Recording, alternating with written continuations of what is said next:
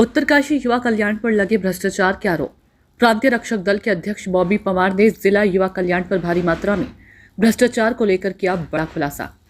उत्तरकाशी के सभागार में आयोजित प्रेस वार्ता की, जिसमें उन्होंने उत्तरकाशी जनपद के जिला युवा कल्याण के द्वारा किए गए भ्रष्टाचार के संबंध में खुलासा किया।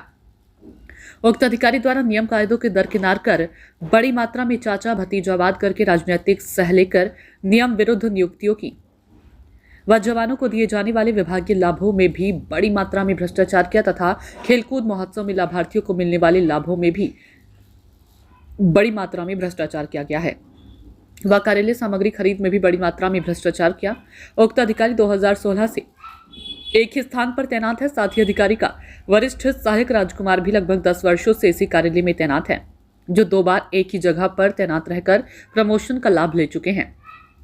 सूचना के अधिकार अधिनियम 2005 के तहत ली गई सूचना से ज्ञात होता है कि उक्त अधिकारी लंबे समय से अलग अलग माध्यम से भ्रष्टाचार कर रहा है और कुछ नेता और अधिकारी से बचाने की कोशिश कर रहे हैं। उत्तरकाशी जनपद के युवा कल्याण के जो अधिकारी है पीआरडी जिनको देखते हैं, इसमें तमाम प्रकार की अनियमितताएं सामने आई है। तमाम प्रकार के ऐसे जो कागज हमारे पास है, इनमें कई ऐसे बिल हैं जिसमें प्रत्येक कोई भी सामान है उसके जो रेट है उससे बढ़ाकर चीज़ें लिखी गई है। इसमें पीआरडी जो स्वयं सेवक हैं, इनकी तैनाती को लेकर बहुत बड़ी गड़बड़ियाँ हैं।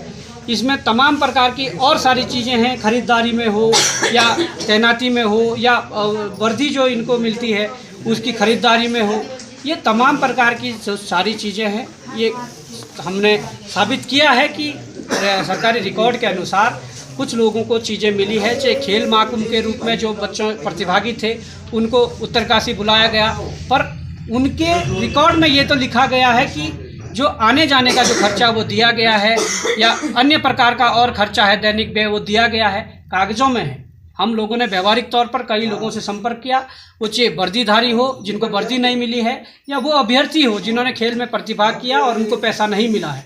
ये इस प्रकार के बड़े घोटाले जो है वो लगते हैं कि हुए हैं। तो मैं चाहता हूं कि भंडारी जो अधिकारी है इसको हटा करके आप इसकी जांच बिठाइए और जांच में दूध का दूध और पानी का पानी होगा।